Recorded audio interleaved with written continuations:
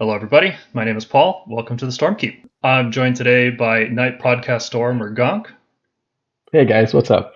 and Night Podcast Store James. Hello, everybody. Or is everybody excited to talk about Ironjawz today? Oh boy, howdy, are we? Because they Yay. are everywhere at every tournament. There is like an infestation of green armored goons running around. It's terrifying. I hope you all boiled your cabbages tonight. Yes. Well, if you don't know how to boil a cabbage, well, we will explain how on How to Counter Everything, which is our ongoing series on looking at lists and archetypes in the tournament scene, or just whatever you'll see in your casual games, because what tends to happen is the tournament scene will leak down into your casual games at your local store. People talk about this stuff online, and they want to see what other people are doing, and they're like, oh, that looks cool, I want to try that. So not just for tournament players.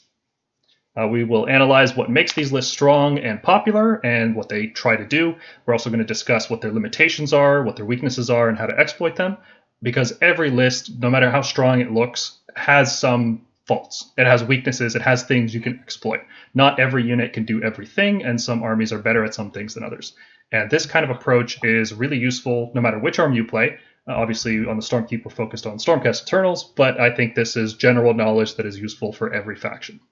And we try not to focus on any particular lists when we do this, because especially now with Battle Scrolls coming out maybe every 3 months, there's going to be changes to points, and that's going to cause drastic changes to lists. Lots of things get thrown out the window whenever something just increases by 5 points. So we try to just look at the rules, we try to look at allegiance abilities, particular combos, that try to keep it as points agnostic as possible and evergreen, so that somebody could watch this video in 2024 and hopefully it's still relevant. And if you are watching this video in 2024, let me know how the future is, because the present is terrifying. So let us know how it turns out. So another thing we do here is in addition to looking at what these armies do and what their weaknesses are, we're also going to go into specific ideas, strategies, how to beat them. And in particular, we're going to look at units and strategies for Stormcast Eternal armies to counter them. So today we're going to look at the Ironjawz. They are a very, very fast melee army with just ridiculously explosive melee damage. It feels like the turn they hit you, it feels like you just got clubbed in the back of the head. It's such a powerful alpha strike.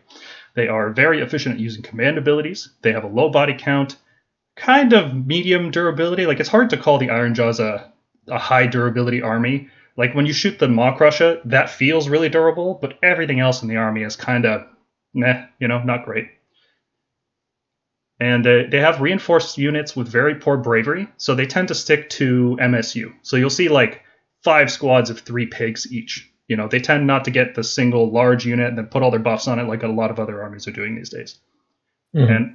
And I would say the Ironjawz are like the archetypal alpha strike melee army. Like, if people talk about a melee army charging you on turn 1, it's the Ironjawz.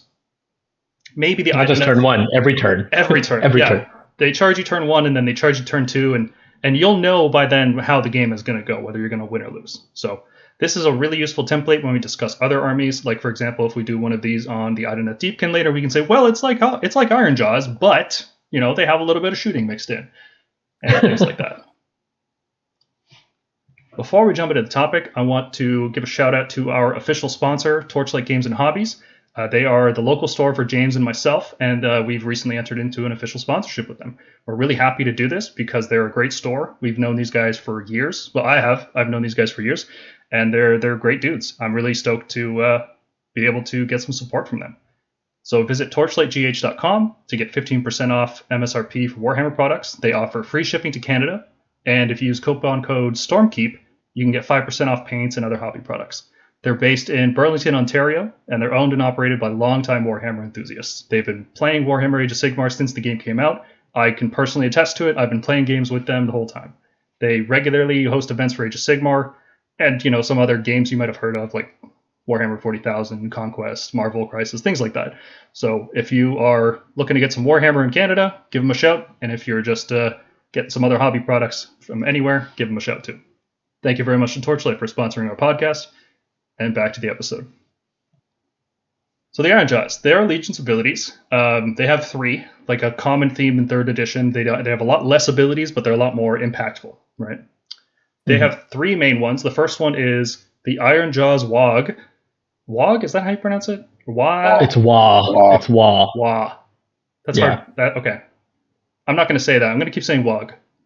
Yeah. So once per battle, the general can unleash this ability. It gives all the units on the field, regardless of where they are, +1 to charge rolls and +1 to rend with their melee weapons for the whole turn. That's an incredibly powerful ability. It bumps a lot of Rend 2 attacks up to Rend 3. It bumps Rend 1 up to Rend 2. And that's it. Nobody uses Rend 0 attacks. So that's it. Yeah. Mighty Destroyers is a very powerful command ability, arguably the most powerful command ability in the game because of just how versatile it is. So you use it in your hero phase, and it allows a unit to either make a normal move, a charge move, or a pile-in move. Now, you don't get to choose which one of these it is. It's based on how far away you are from the enemy, which isn't totally in your control because the hero phase, there's not a lot of movement you can do before that happens. But just to simplify it, if you're in charge range, you're going to have to make a charge. If you're in pile-in range, you have to make a pile-in. And if you're outside of those, then you have to make a normal move. Now, it is worth noting that if somebody makes a normal move with this ability, you cannot use redeploy against it because redeploy is only usable in the movement phase.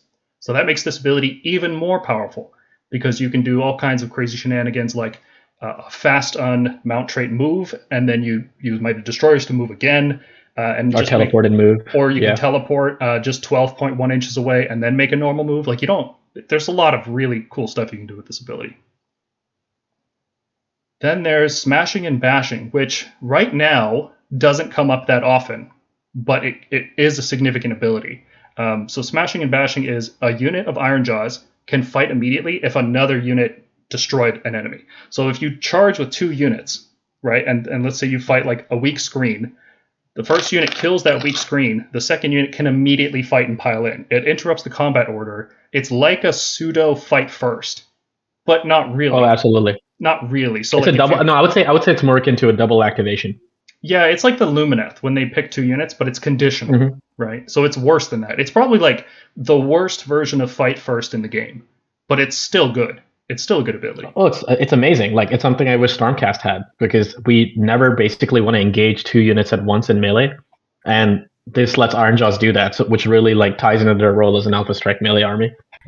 Yeah. It's also really cool because it's not limited to just 2 units like Lumineth. Like, if somehow you get crazy and you wipe out like 3 units in a row, you can just keep attacking over and over. There's no limit on this ability. If you keep killing a unit every time you fight, you can keep activating units until you just run out of units to fight with. It's also worth noting that this ability doesn't, some abilities in the game that mess with combat order will specify you can't fight again this turn. This ability doesn't do that. So if somewhere down the line there's an ability, I don't know how, maybe some campaign book or something adds an ability to fight twice, this is going to get even more crazy. Yep. So let's look at the enhancements. We're not going to look at every single one because, like with every book, there's a bunch of garbage in there. That's just how it is. But let's look at the main ones here. So for artifacts, there's it used to be Amulet of Destiny every time. That's the artifact everybody took. I think these days the artifacts people are taking are the Armor of Gork and Destroyer. Armor of Gork gives you a 6-up ward, which isn't as good as the 5-up pre-nerf Amulet of Destiny. But a 6-up ward is better than nothing. So it's something. And it also gives you +1 to hit rolls, which is nice, I guess. Yeah. Like, in this army, it's not that important because everything hits on 3s and you'll always be using all-out attack. But it gives you tactical options. You don't have to use all-out attack. So it's a nice bonus. And at the downside of -2-inch move. So if you give this to like a foot hero, actually, I think only Megabosses can take this. Only Megabosses can take this, and they're most likely going to stick this on a Mawkrusha because that thing moves 12. Yeah. So it's going to be 10, but they're reliant on Mighty Destroyers anyway, so it doesn't matter. Yep, with Mighty Destroyers and Fast Stun, it doesn't really matter if you have -2-inch move. Because most of the time you'll just be making a charge roll anyway. Hulking Brute is a command trait that I really like. I'm not a big fan of the other command traits, so I didn't bother listing them, but I feel like this one has the most impact on the game just because of reasons we'll talk about how they play. But Hulking Brute is after charging, you pick a unit on a 2+, it takes D3 mortal wounds. This is in addition to Stomp. This is in addition to any other effects that trigger off a charge roll. So it's just more damage.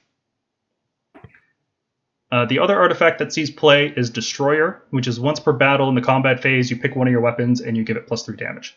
can't be used on a mount Insanely weapon. good. Oh, it's insanely good, yeah. Yeah, if you use it on a Yeah. Mawkrusha, of course, you can have the even just the 7 attack version of the Mawkrusha. 7 attacks at +3 damage. This artifact +4 alone, because they always use a Warchanter with it. But we'll discuss that later. But yeah, but base 4 damage alone is so good. Yeah. But this artifact is worth 21 damage in a combat phase potentially. And that'll be, a high quality attack. It's on Ren 2, it'll probably be on 2s and 2s. It's a good attack. So that's a very good artifact.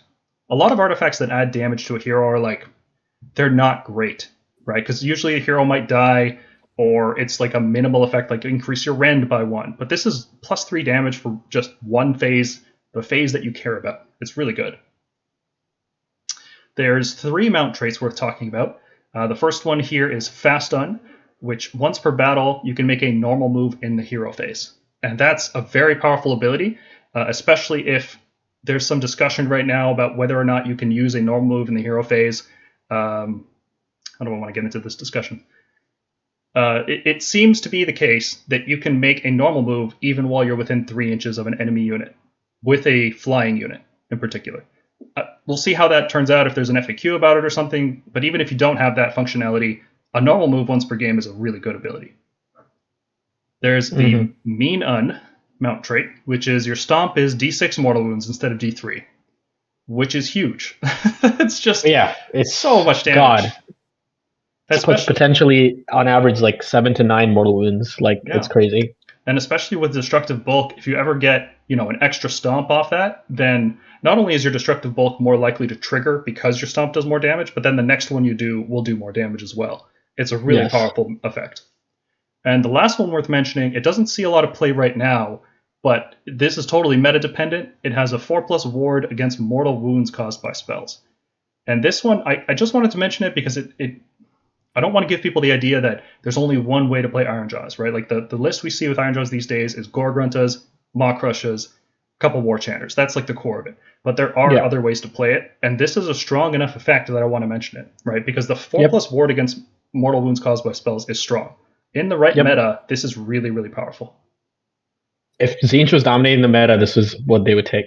Yeah, guaranteed. This ability by itself would be what makes it a favorable matchup against Tzeentch. Otherwise, they would just lose.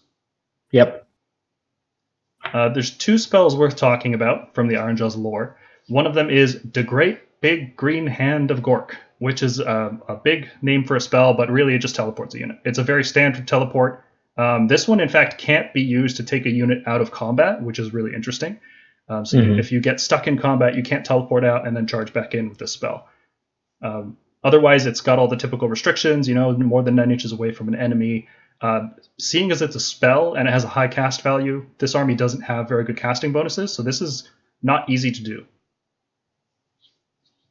I think so. One command trait. Have we discussed command traits yet? Okay, so one command trait worth mentioning here is what a lot of Ironjawz players will do these days is take Master of Magic. They will ignore the command traits on their Megabosses, take a Shaman as a general to try and get more reliable casting. Yeah, and even then, the spell they're trying to cast isn't the Great Big Hand of Mork, Great Big Green Hand of Mork. They're trying to cast the next one here, Bash 'em Lads, which gives units wholly within 16 +1 to wound rolls. Now, when most of your army is wounding on 3s, +1 is huge, right? It's a 25% increase in your damage. It's very, very strong. Not just because of average damage, but also it makes it more reliable, which is huge for this army. Celestial Blades on steroids. Yeah, Jesus, it's insanely good. Yeah, it's Celestial Blades on every unit, and every unit in your army is melee. So this is a strong spell, no doubt. That's why it has a cast value of 8, right? So it's such a strong effect that, like Morgan, like you said, people take the Master of Magic command trait just to try to get a more reliable cast off on it, because it makes your big impact turn even bigger. And the subfactions. So the subfactions are a lot less impactful than they were in 2nd edition, that's for certain. There's only one of them that gives a battle line choice, and the abilities that you gain from them are kind of... Blood Tubes has a strong ability, but Iron Sun's is strong too. Dachapa's just... Iron Sun's is strong in a right meta. If the meta was a bunch of things that gain bonuses on charging and, really dependent on charging, and you wanted to get your stuff in combat, the ability is fine.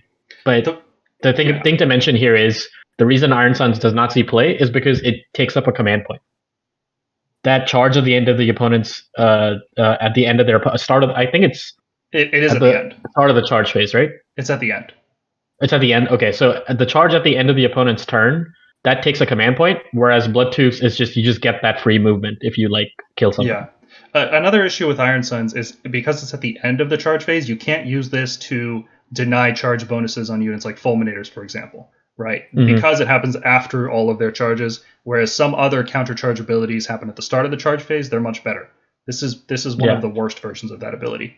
Another issue with Iron Suns is that you have to bring Ardboyz and Brutes, and we'll talk about why that's a downside later when we discuss the units. But right now, Gore-Gruntaz are so powerful and so just versatile. Efficient. I would say points-wise, 170 for essentially mounted Brutes is crazy efficient. Yeah. It's especially because they do mortal wounds on the chart. We'll talk about the units. We'll talk about it. Yeah. Keep going. Warchanters can pick, so Bloodtooth gives you Battle Line Gore-Gruntaz, which is very strong. At the end of the combat phase, Gore-Gruntaz that fought and are within 3 inches of an enemy can make a pile-in move. So that's nice. A little bit more distance, get you stuck in deeper. You can potentially use this to tag units so that they can't shoot out of combat. You can use this to get models onto an objective. It's a strong ability. But then this next part is even more insane. Gore-Gruntaz that fought and are not within 3 inches can make a normal move or a charge move. And Gore-Gruntaz have a 9-inch move. So that's pretty fast. That's a lot of distance that you can cover. But the fact that you can make a charge move and just pile more mortal wounds in with their ability to deal mortals on the charge, it's very strong and it's very versatile. And that's one of the reasons I think Bloodtooth is like the go-to for Ironjawz right now, because they have the most versatility in terms of tactics. Mm-hmm. And this is like, it's placed so well into the Alpha Strike strategy. Gore-Gruntaz are battle line, so they're fast. And once you start killing screens, you can, at the end, you'll just pile into the meat in the center, Mm-hmm. It's or like charge into the meat in the center. It's really, really good. And the way they combo with Mighty Destroyers, if that's triple movement. It can be triple movement. Yeah. So it's either like you can double move a unit that moves 4 inches, or you can double move a unit that moves 9 inches. Well, going 8 inches isn't really a big deal. You're still not going to make it in turn 1, but going 18 inches, you're going to make a turn 1 charge with that, right? So it's a huge difference. Like Iron Suns and Tachapas have a turn 2 Alpha Strike, which is way weaker. Mm-hmm. Tachapas, their ability is that Warchanters can pick 3 units to buff instead of 1, which might normally play really well with the aforementioned Gore-Gruntaz playstyle that people see right now. But the problem is that they can only do that with Ardboyz and Brutes.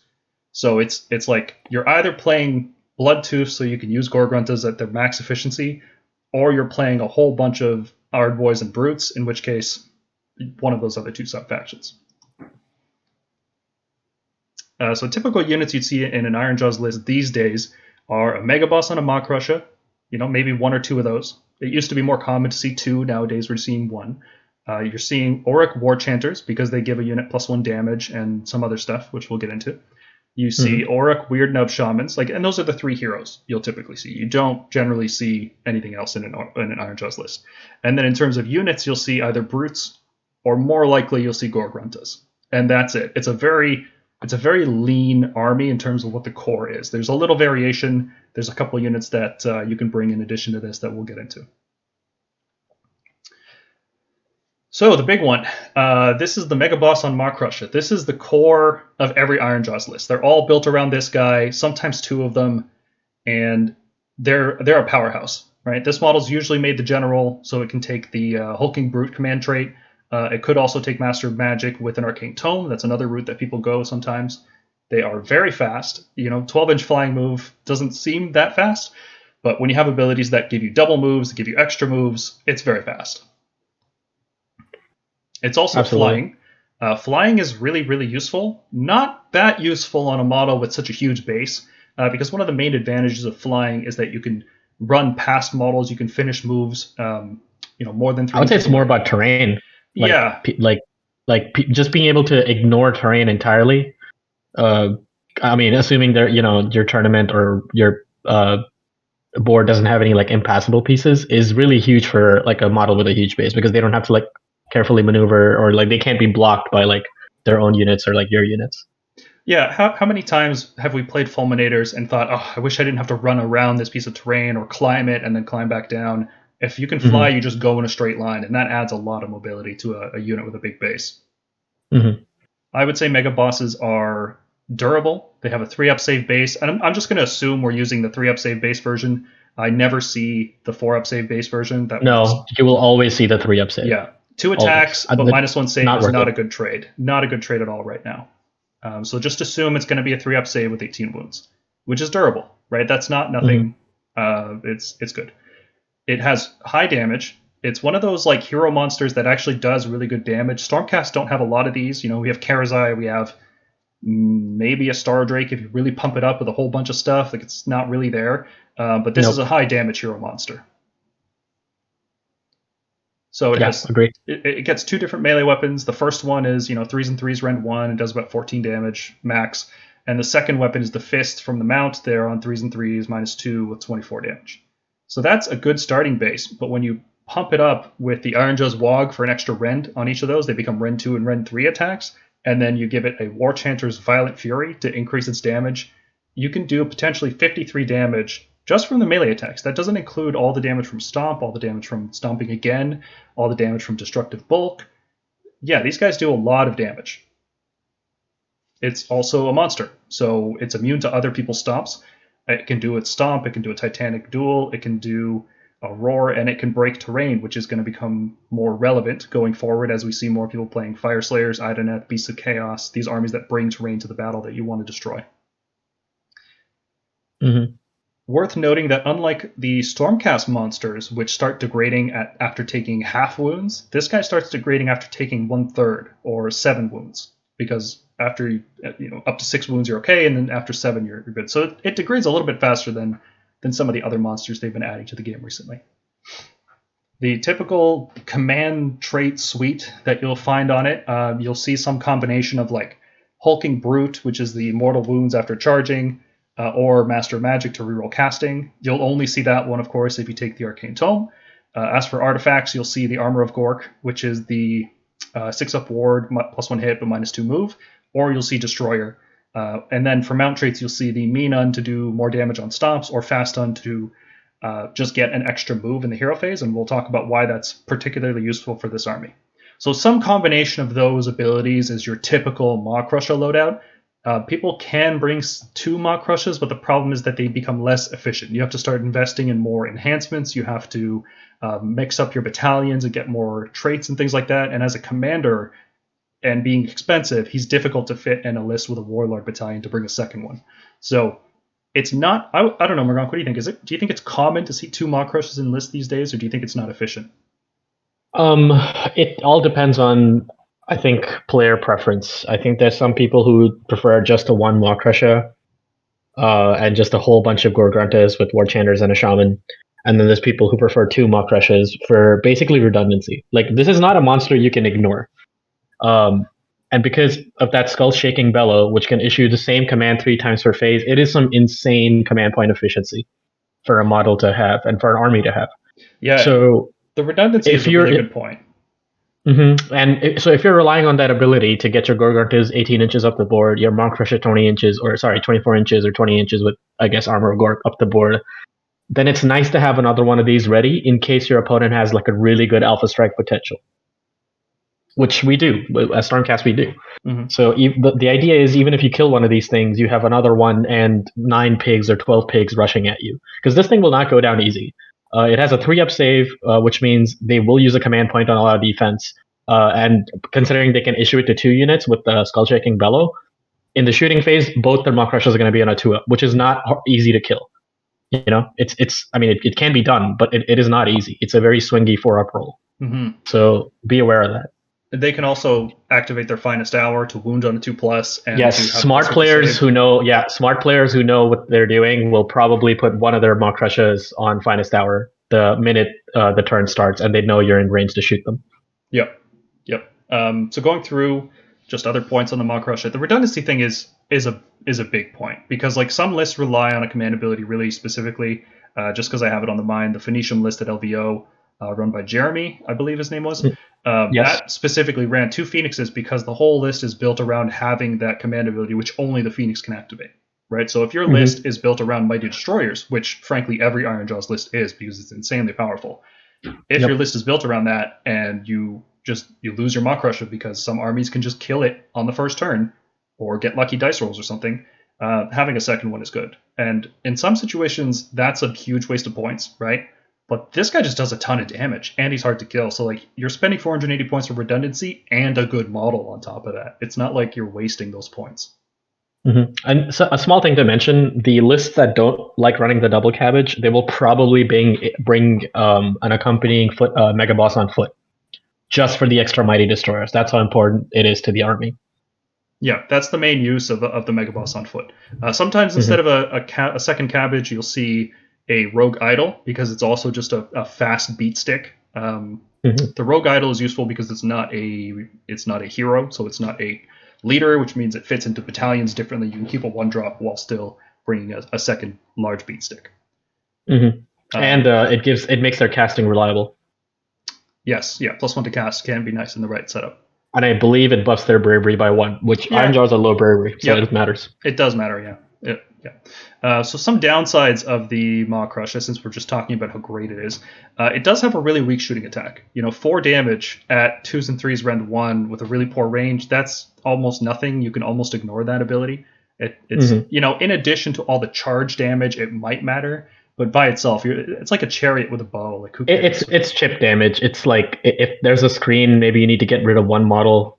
I could see that. It's really useful if you're trying to like screen with Aether Wings, because I've been hit by that thing, and they use it to kill a model so they can pile around the unit sometimes. Yeah, it's very specific things you're trying to shoot down. The problem with it is, of course, that shooting happens after movement, so it's not like you can shoot and then move into the space that you just shot.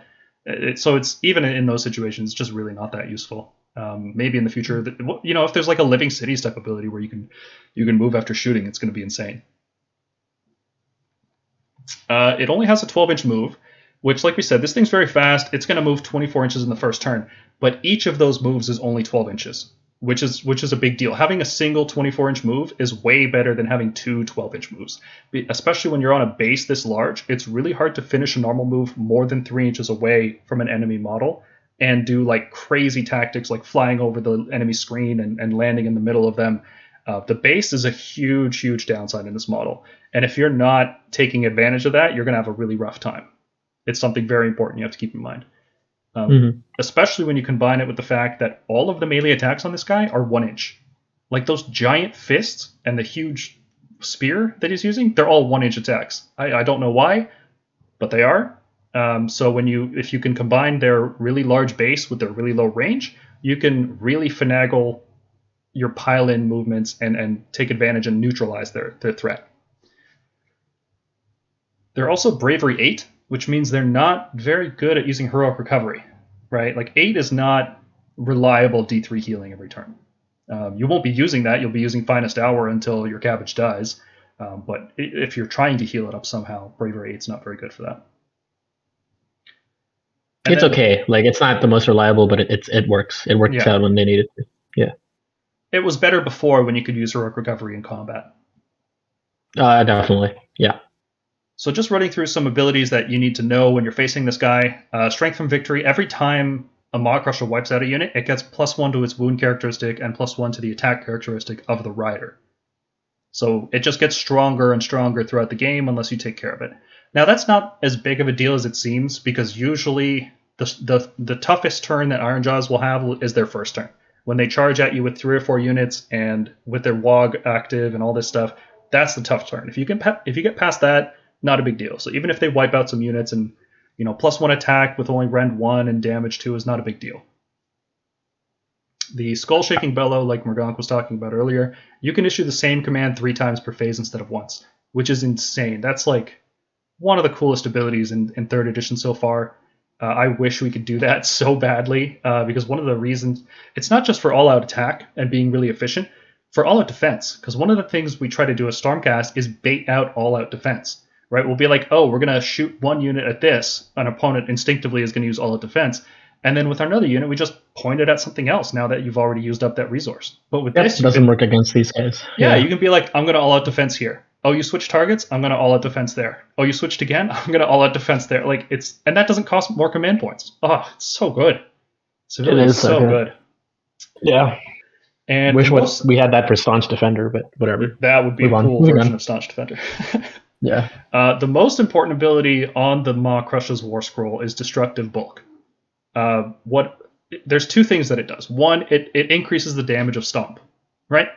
And that's good, right? Stomp dealing a guaranteed 3 extra mortal wounds is really, really strong. Mm-hmm. However, there's a secondary part here, and this is the important part. If there are no enemies within 3 inches after you finish your Stomp and resolve those mortal wounds, then the cabbage can move a d6 inches and Stomp again.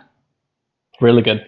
Yes. And not necessarily because the Stomp's going to do, potentially 3 plus d6 mortal wounds.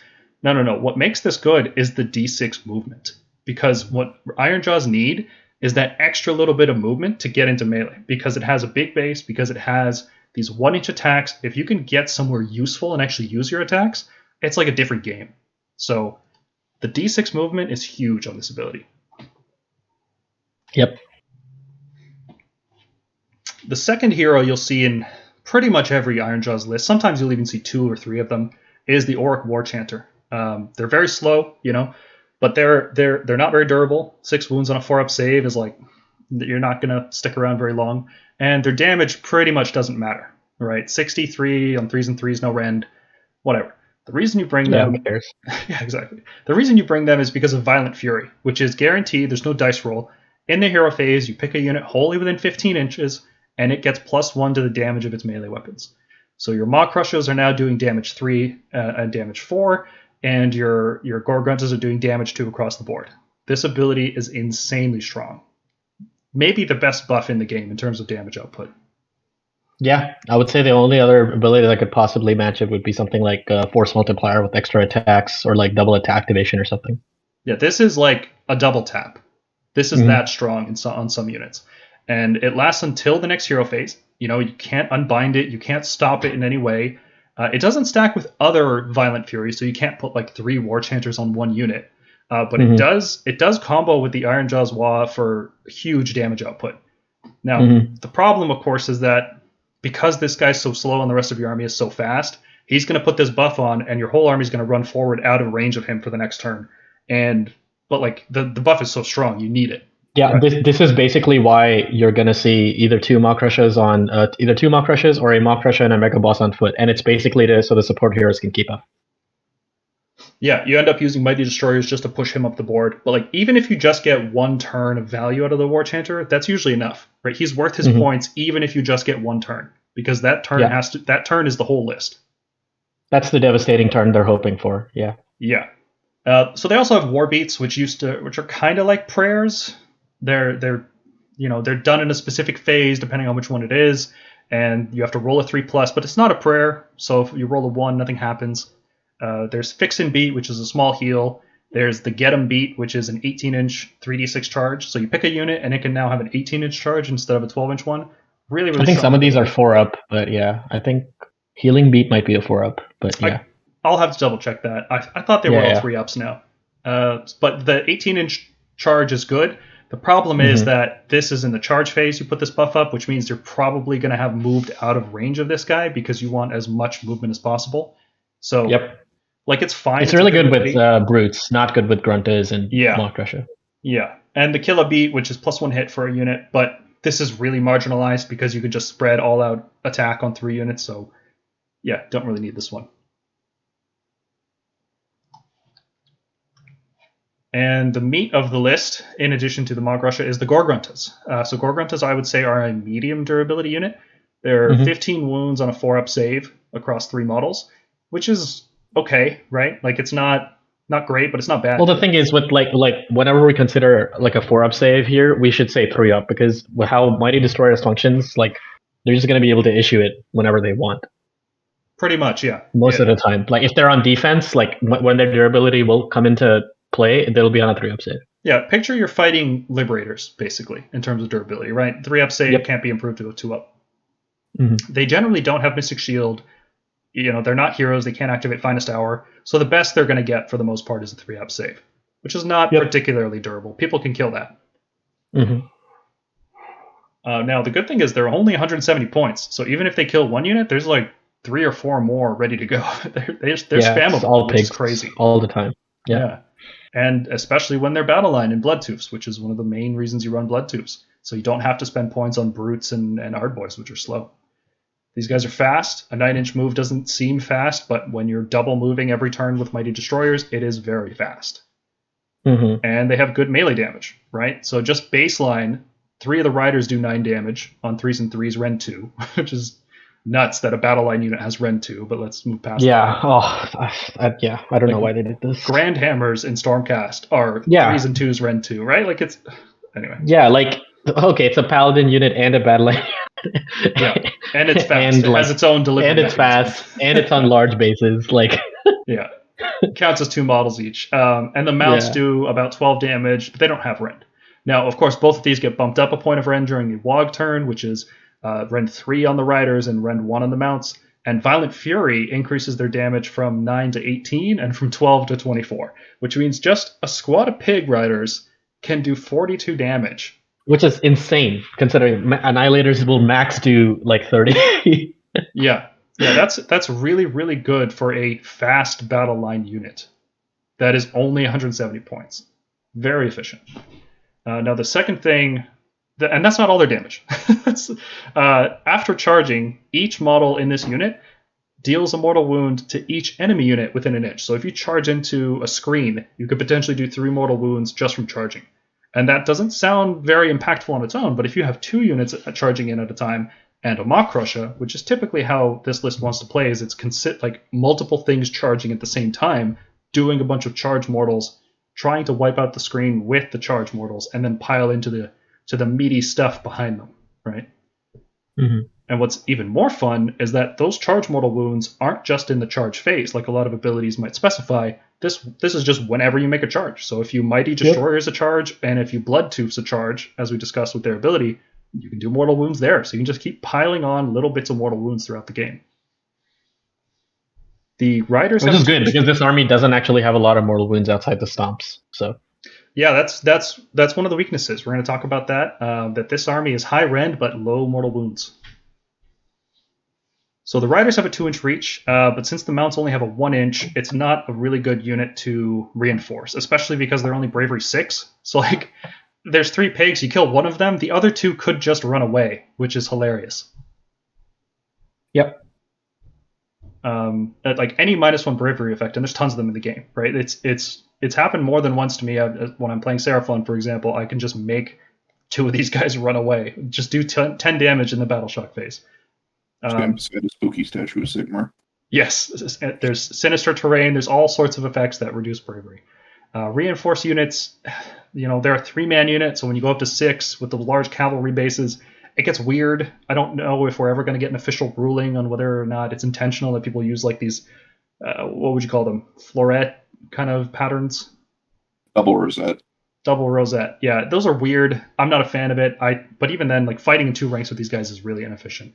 So you just run them, tons and tons of squads of them, and it's fine. It works out well. Less commonly used than Gore-Gruntaz are Brutes. I want to talk about Brutes because they have some interesting abilities, and if Ironjawz ever pivot away from Gore-Gruntaz, they're more likely to use Brutes than they would be to use Ardboyz because you still need high damage.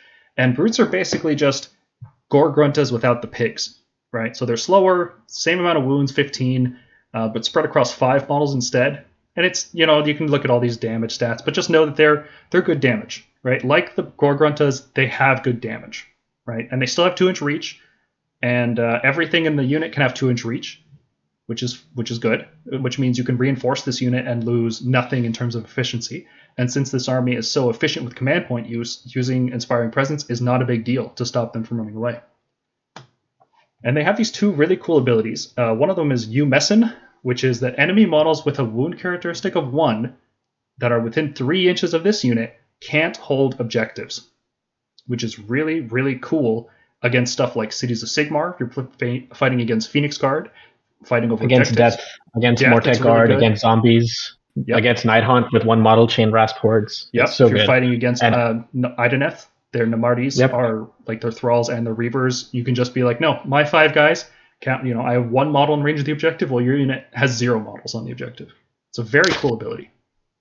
Oh, absolutely. And like the more and more we're seeing is like the more and more elite damage armies like Stormcast start dominating and people start going wide, Ironjawz may switch 1 or 2 units of Gore-Gruntaz to just brutes. Because being able to just deny them objectives, no matter how many models they have, they could have 60 zombies, and as long as you have 1 brute on an objective within 3 inches of them, it's not going to matter. Yeah, they're an interesting tech choice. They also get +1 hit against units with a wound characteristic of 4 or more, which pretty much doesn't matter right now because you can only get max +1 hit, and you're probably going to be using all-out attack. But this does open you up to using all-out defense and all-out attack basically in the same turn. You get +1 hit and +1 save. So like it's fine. Yeah, it's a good ability. Yeah, absolutely. Yeah. Like I wish because remember when Liberators used to have this kind of ability with the Laylo the Tyrant? Mm-hmm. But it was a 5 wound cap. But 4 wound is actually better because there's a lot of units with 4 wounds out there. Eels come to mind, Yep, for sure. So brutes are okay. You don't see them very often right now because Gore-Gruntaz are just faster and more efficient. But brutes are not a bad unit by any means. Another unit you might start seeing is Kragnos. So let's talk about Kragnos. Let's do a deep dive on him. So he is fast. He's only a 10-inch move, which doesn't seem fast, but he has a 3d6 charge, which is huge. So his average charge is 11 inches. He is durable. He's 18 wounds on a 2-up save. He has a 6-up ward, and he ignores spells if he rolls 3d6 over the casting value of the spell. So if the casting value of the spell is a 7, Kragnos rolls 3 dice, and if he rolls more than a 7, he's like, nah, miss me with that nerd shit.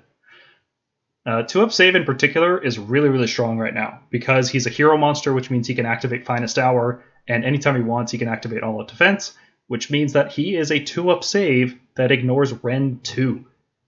That's tremendous in this game right now. A lot of units right now can't get to Rend 3. Like, Rend 3 is really rare. And being able to ignore Rend 2 on 18 wounds is huge.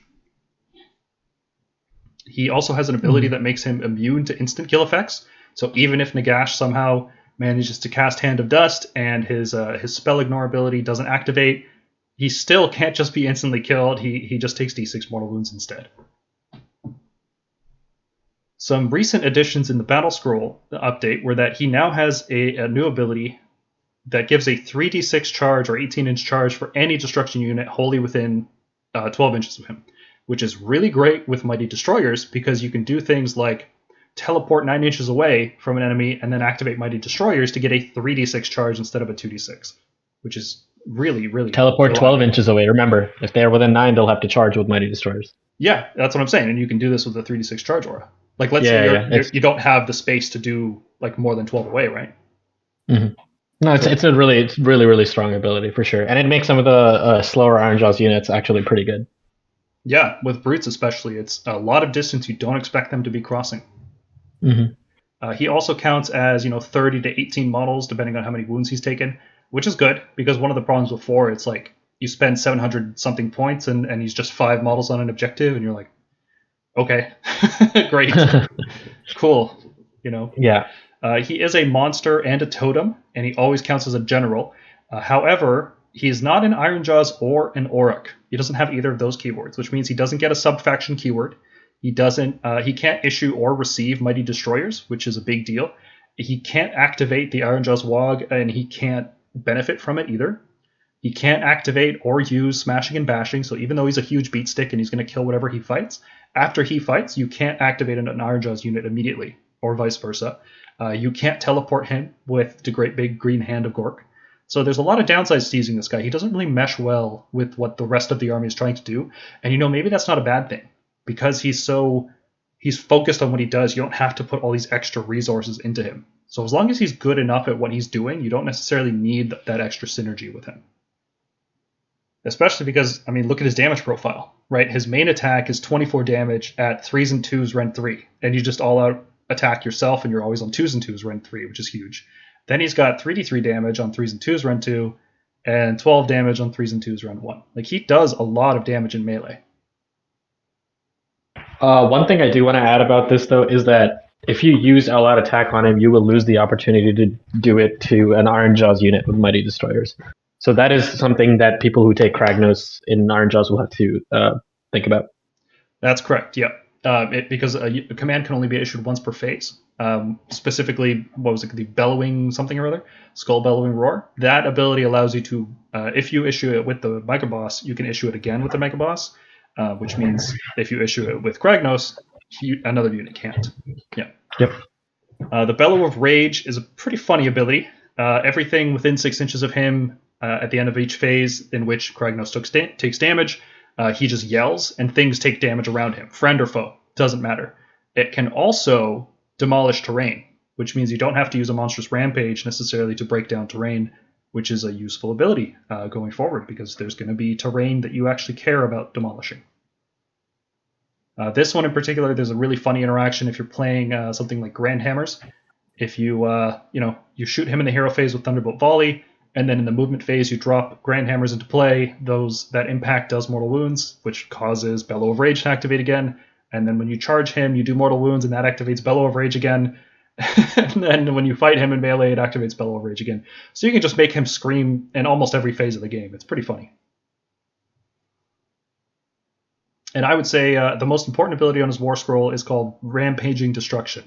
And what this does is that after he charges, he can either deal d6 mortal wounds to a 2-up to each enemy unit within 1 inch, which is a lot of mortal wounds in an area around him, or he can pick one monster and then deal d6 times d6 mortal wounds, which means you could potentially do 1 mortal wound, or you could do 36, because if you roll 6 and 6, which is enough to kill 4 Stormdrake Guard if you feel lucky. It's just nuts. And this is in addition to his stomp damage and his melee attacks. So he does a lot of damage on the charge. If you let Kragnos charge, he will do a tremendous amount of damage.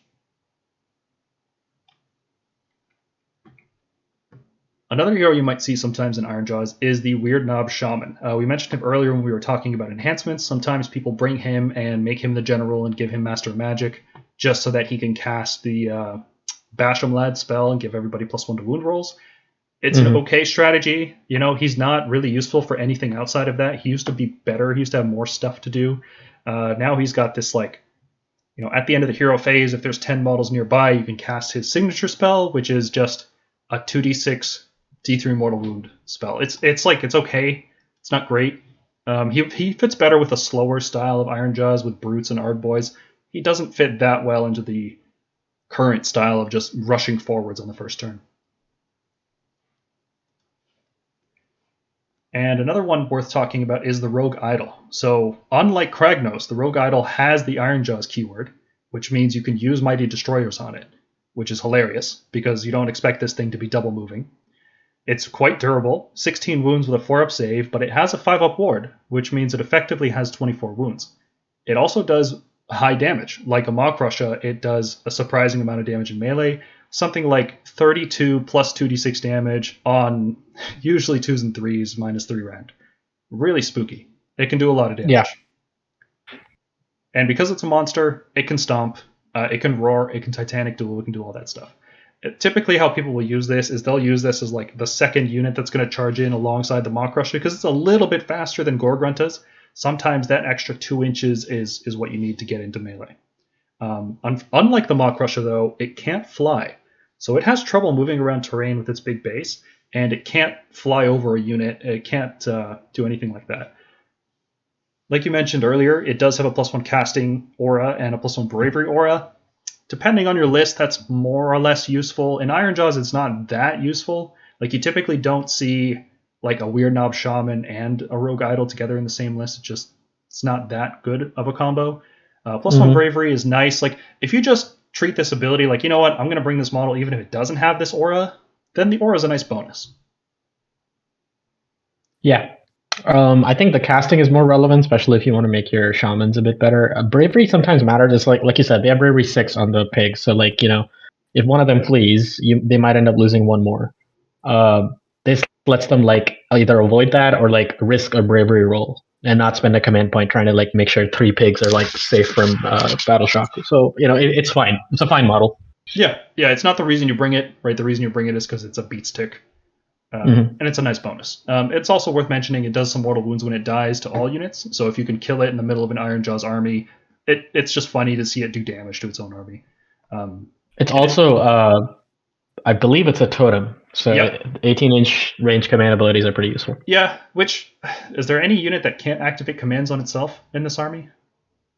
I think they No, all I have don't believe champions, there. right? So that's a totally Yep. irrelevant ability. Mhm. That's why I didn't list it. Monster is relevant, and it's not a hero, so it can't use heroic actions. It can't take artifacts.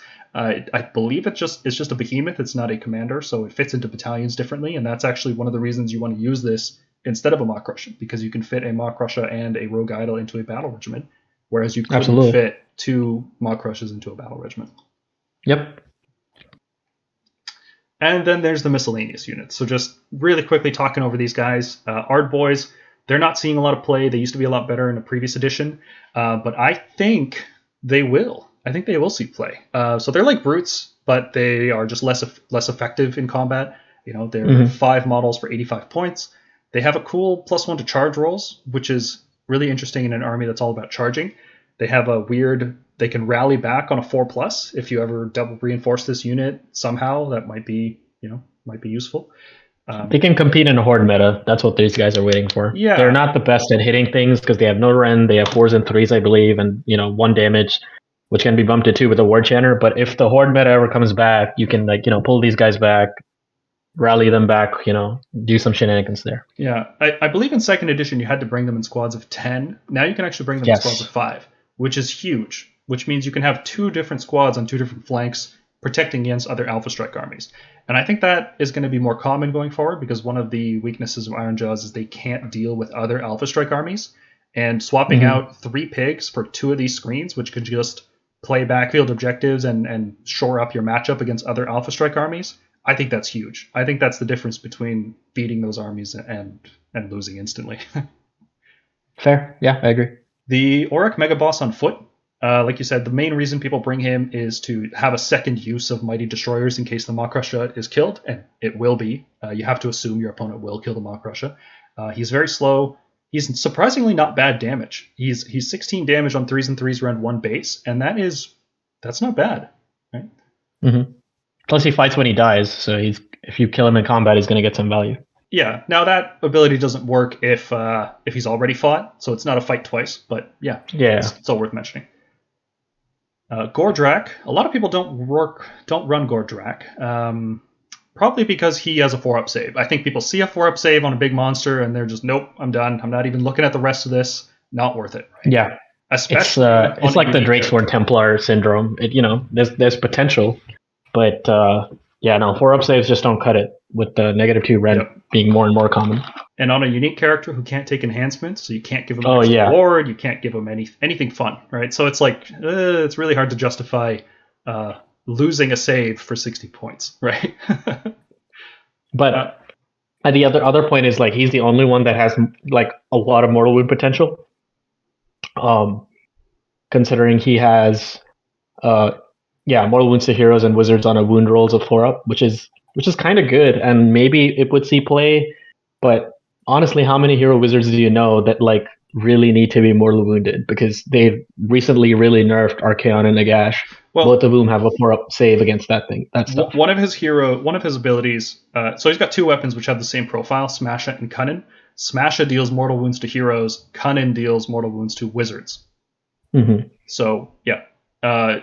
Compared to a regular Mawkrusha, he does 1 more mortal wound on destructive bulk, which is good if you can get that off. That means it's basically 2 more mortal wounds because you've stomped twice. Mm-hmm. He has 2 more attacks on the shooting attack, and +1 attack on the mount fists, which is nice. That's a nice little bit of damage that adds up. And overall, compared to the 3-up save version Mawkrusha, he has 3 extra melee attacks. Same profile, 3s and 3s, run 1, 2 damage. But it does those mortal wounds, which is really good. So the argument I could see for Gordrakk making it into a list, the best thing about him is that he counts as a general. And why that's important is because the Ironjawz WOG can only be activated by the general of the army. So if you lose your general, that's it. Can't do it anymore, right? So if you're running 2 Mawkrushes, I think one of them should probably be Gordrakk, right? Because then you don't worry about the efficiency loss of not taking more enhancements. You have a second general in case the first one dies. I think it's fine to run Gordrakk as a second Mawkrusha, not as a primary one. I could see that. Like an Ironjawz player who's trying to finish the game in like the first couple of turns or like the first two battle rounds, they could basically get Gordrakk on the field, pop Finest Hour on him turn one so he doesn't get shot off the board. Use all out defense when you do try to shoot him, so effectively he's on a 2-up. Yeah. Yeah, I could see it. Especially if you look at your list as an Ironjawz player and you're like, oh, I can't afford all these extra enhancements, but I want to bring another Mawkrusha. Boom, Gordrakk doesn't care about enhancements, right? He's just a nice solid package. Instead of like the 3-up save, it sucks. It sucks that he doesn't have he can't get a 2-up, but if people are shooting or fighting your Mawkrusha, they're going to be bringing Rend, right? So the difference between a 3-up and a 4-up is not that big, right? It's not like you're going to be on a 2-up ignoring Rend. Let me ask you something. Do you know the Smash and Cut in Mortal Wounds? Yeah, so it's only 2. It's only 2 and the attack sequence ends. Okay. So he doesn't combo with the Warchanter, really, even. Yeah. Well, he does, but like, do you have to do the mortal wounds, or is it you can deal the mortal wounds? No, yeah, you have to. So it basically says if the unmodified wound roll for an attack made with Cunnin or Smasha is 4+ and the target is a hero but not a wizard, target is a wizard, target suffers 2 mortal wounds and the attack sequence ends, which means if you buff this up with a Warchanter hoping to do 3 damage, you will just do 2 damage to him. Yeah, it lowers your max damage. That's unfortunate. Yeah. I think that's probably why it doesn't see play. I think people would much rather just have like 3 damage. Because then also what you're forgetting is when people take another Mawkrusha, they take Destroyer, which means they can possibly bump it up to 6 damage. Yeah, potentially. There could certainly be an argument because each Warchanter can only buff 1 unit, right? So like if you're charging in another unit, like if you're charging Gore-Gruntaz, Gordrakk, and a Mawkrusha, and you have 2 Warchanters, you're not going to buff all 3 units. So you could argue that like, well, you weren't going to buff Gordrakk anyway, right? So maybe that's not a big deal. Because the pigs get way more value out of that. Yeah. So I think... But just something to note. Just something to note. Yeah, maybe that's right. Also, Destruction Armies, they can all run all of the Mega Gargants. They can... Not worth it at all. Yeah. You have so much movement. Restricting one of your models, unless it's something like Kragnos, who has its own set of like good movement and 3-6 charge, is just not worth it for Ironjawz. Yeah, you're better off spending those points on even Gordrakk. Honestly, could be a better use of those points. Without the 30 model ability that comes with the Sons of Behemoth allegiance, you need a real good reason to run one of those giants. So putting all that together, we've exhaustively talked about the Ironjawz army. Only took us like an hour. Took us 4 hours to cover Stormcast Battletome. It's just not a lot of units in this army. So the strengths of the Ironjawz can be put together, I think, pretty well like this. Like they're fast, right? 3 units every turn are going to get Mighty Destroyers. 3 units are going to charge you every turn. They've got high rend. They've got high damage. They've got good accuracy. Usually on 2s and 3s, sometimes 2s and 2s. They do a ton of mortal wounds on the charge. I don't know another army that does this many mortal wounds in the charge phase. And the Bloodtooth Gore-Gruntaz can move after fighting and steal objectives. So they have some combat tricks as well. It's not just a fighting army. They can, it seems like it's just a fighting army, but the really good players are going to take that extra little step with the extra pile-ins and extra charges after they fight. It's a movement army. Yeah. And that's why you should be worried about it, because there's nowhere on the board that they cannot get to in a reasonable time frame. Right. And like we always say, the game is won through movement. Combat and shooting are just there to open up movement possibilities. So here's the plan. Step 1, deploy aggressively. Then you activate your WA to give all your units +1 rend and +1 charge. You buff up the units you want charging with Violent Fury to give them +1 damage. You use Mighty Destroyers to move up those 3 units. Some combination of, Mawkrushas, Gruntaz, and Rogue Idols. The rest of your army sits back and either waits for a second wave or they cover objectives in the backfield and try to score some points. This is actually where Fast Un comes into play as not just like, oh, I get to move again. That's cool, more movement. What Fast Un in particular allows you to do is move up that Mawkrusha so it doesn't need to use Mighty Destroyers, which means a different unit can use Mighty Destroyers. So instead of having 3 units charge that first turn, you can have 4 units charge on that first turn, which is a big deal of how this army does things because of all the charge mortal wounds, because of how Smashin' and Bashin' works. Like a 4th unit charging is a big deal, and that's where Fast Un comes into play. Once you're in combat, you issue all-out attack with the Mawkrusha, and you give 3 different units +1 hit. Now everything's on 2s and 3s.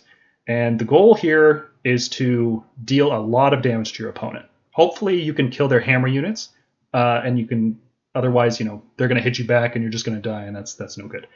You want to lock your opponent in their deployment. You don't want them leaving and contesting objectives. The goal is to do a ton of damage as quick as possible so that when they try to fight you back, they're going to spend like 2 or 3 turns digging themselves out of that pit. And by the time they've done that, you've scored enough points that you win. Right? That's the Ironjawz method of victory right now. Yep. And it all plays in together, right? So you can stack save bonuses on the Mawkrusha, and he's going to take 2 turns to kill, reliably, I'd say, depending on what you're fighting, right? You want to hit the things that are going to be able to kill your Mawkrusha. So let's put all that together and take a look at the weaknesses. All right, so the weaknesses of Ironjawz. First and foremost, the most important thing to know is that they are a pure melee army, right? And they can't even ally in shooting units because of the way the allegiance abilities for Ironjawz work. You can't bring Kragnos along with you to shoot. I think they can bring Gits in, but Gits don't have great shooting. No. And short range, slow, it's not going to help you with your plan of tearing down screens. Even though they are a pure melee army, they can't fight first, right? So if you have another army, like let's say Fire Slayers that are going to fight first, you charge into Fire Slayers, they're just gonna kill you. Like you're not. Oh, it's brutal what happens. Because they can't project power past the screens, they will just be picked apart by shooting castles. Like if you can't kill the long strike sitting behind the liberators, doesn't matter how many liberators you kill, those long strikes are going to get to you. Yep. So they're only Rend 1 and Rend 2. The Gruntaz have Rend 2 on their attacks, which is good. But the rest of the army's Rend 1. Like Mawkrushas are only Rend 1 on some of their attacks and Rend 2 on the rest. So it's like you can save stack through that, right? Like if you have a 2-up save base and you give yourself +2 to saves, which Stormcast can do that, right? Yeah. Then you can just ignore all their Rend. They only deal mortal wounds when charging, and in regular combat they need that high Rend to punch through armor. So if they're stuck in sustained combat, they're not getting through armor. All the faster units in the army, the Rogue Idol, the Mawkrusha, the Gore-Gruntaz, they have big footprints, right? They take up a lot of space. You can block them with terrain, you can block them with screens, and you can even block them with endless spells, right? So even though you can move through an endless spell, but you can't finish on top of one. So if you put an endless spell right in front of your liberators, and they don't dispel it, let's say they're out of range or they fail to roll, they literally can't charge you. Like they just can't. It's really awful. Yeah. And that's such a brutal thing for a melee army to not be able to charge. Yeah. The slower units, right? So we talked about the faster units having problems. The slower units are just, they have to teleport and then use Mighty Destroyers to get anywhere useful. So that's not ideal either. The Gore-Gruntaz in particular can't fly. So even though they are like a smaller footprint, like compared to the Mawkrusha, you'd think that they'd be able to jump over screens, but because they can't fly, they just have to hit the screen and stop. All the damage, because they have no shooting, because they can't fly over screens, they have to kill the screens. And the only way to do that is with charge damage, right? So they need Stomp, they need Destructive Bulk, they need Hulking Brood, they need the Gore-Grunt to charge. They need those abilities to kill the models that are in the way, and that way they can then pile in past the screens and hit something that's useful. But even then, they have 1-inch range on most of the weapons in the army, right? The Gore-Gruntas have 2-inch, but even then, you're looking at a max 5-inch threat range from where they finish the charge. And that's just not that scary. You can play around that. You can have important units 5.5 inches away. Yeah. Yep. And then you're just immune to their damage. They're not an army that has bonuses to pile in distance, right? Like a lot of other armies will have that sort of thing. Like zombies are scary because they have a 6-inch pile in, not just because they can pile in from 6, but because they have a 6-inch pile in, they can get further and further into your backline after they wipe out your screen. Yeah. Another issue with Ironjawz is they're not subtle. They don't have reserves unit. They don't have this nonsense like, oh, why wouldn't we bring everything to the battle? Right? No, everything's on the table. They're ready to fight, and it's honest in a way, but it's kind of dumb. Like here, please shoot me. I'm on the table. Give me everything you got. Yeah, one thing that's really good in this end is like if you have a lot of area of effect mortal wound damage, not targeted because look out, sir. But if you have something that points at a point at the battlefield and deals mortal wounds to everything within 6 or 3, all their support heroes, the shamans and the warchanters in particular, are always really tight knit and close together. And if you get knocked them out, that's a whole amount of damage you just knocked off the army, immediately. Yeah. They're really weak to that sort of tactic because their support heroes, like their warchanters, are only 6 wounds. It's not impossible to kill them with area of effect abilities. Another problem that Ironjawz have is that most of their lists right now are all hammers, no anvils, which that sounds like a cool name for a YouTube channel, by the way. But like everything in the Ironjawz list is meant to move forward and hit stuff. They don't have any like useless things that they can put in the way. So just as a quick example, if you play against Stormdrakes, like a mass Stormdrake list, and the Stormdrakes go first, what does the Ironjawz player do? They just take the charge. They have no choice, right? They have to absorb it with their Mawkrusha and hope they survive, or take it with the Gore-Gruntaz. And just they have to put Gargants in the way, and this happens more often than you think. Like it'll happen a lot to them in like the ogres matchup. Well, the ogres will just absolutely demolish the Gargants on the charge because they have no like screens to speak of. Right, and I think for that reason, like I was saying earlier, I think people are going to start swapping out 1 unit of pigs for 2x5 Ardboyz. Yep. And once we just for those destruction matches, yeah. And because they're battle line and they're cheap battle line, maybe Bloodtooths might just go away, because if people start incorporating Ardboyz, you suddenly don't need battle line Gore-Gruntaz giving up hold the line to your opponent every single game. So that's fair. Yeah, it could be that we just transition away from Bloodtooths just because of this, like, well, what do we do against other Alpha Strike armies? And in solving that problem, it opens up new possibilities. Yeah, possible. Another issue with the Ironjawz is that they are tempted to use more than one commander, and they want to use a lot of units of Gruntaz. You don't want single big units of Gruntaz, right? But that's not always possible to fit that kind of army into a battle regiment, right? If you have 6 units of pigs and you have 4 heroes total, like you have 2 Warchanters and a Shaman, or you have 2 Cabbages, like none of these things fit into a battle regiment. So it's kind of like you have all these pieces and you want to use them the most efficiently possible, but you also want to be a 1-drop army, because if you let your opponent decide who goes first, you're on the back foot, and you can't be on the back foot as Ironjawz. You have to be the one controlling the pace of the game. Mm-hmm. I mentioned it earlier, the WOG can only be activated by the general, so if they get picked off, well, you just don't have your +1 rend anymore. Sorry, it's gone. Yep. And aside from your save stacking Mawkrushes, they're not a really durable army. Gruntaz are not hard to chew through. If you can kill the Mawkrusha and deny the multiple units get all out defense all at once, you can just shoot them all down in the same turn. They're not that hard to kill. 15 wounds on a 4-up is not hard to do. Yeah, even on a 3-up, it's not that hard to kill. Like you will, if you focus them down or like target them with something like a decent hammer unit, they will die. Barring really lucky saves, they are going to die. Yeah. Rend 2 just cuts right through them. It's beautiful. Mm-hmm. Mortal Wounds. And Mortal Wounds, absolutely. Yeah, they have no defense against Mortal Wounds. Yeah, that's the 6-up ward. That's why the 5-up ward was so big for them, right? Because it filled that gap. And now they just don't have that anymore. Amulet of Destiny, rest in peace. Yeah, that's a good thing. Come on. Nobody wanted a 27 Moon Mawkrusha on the board.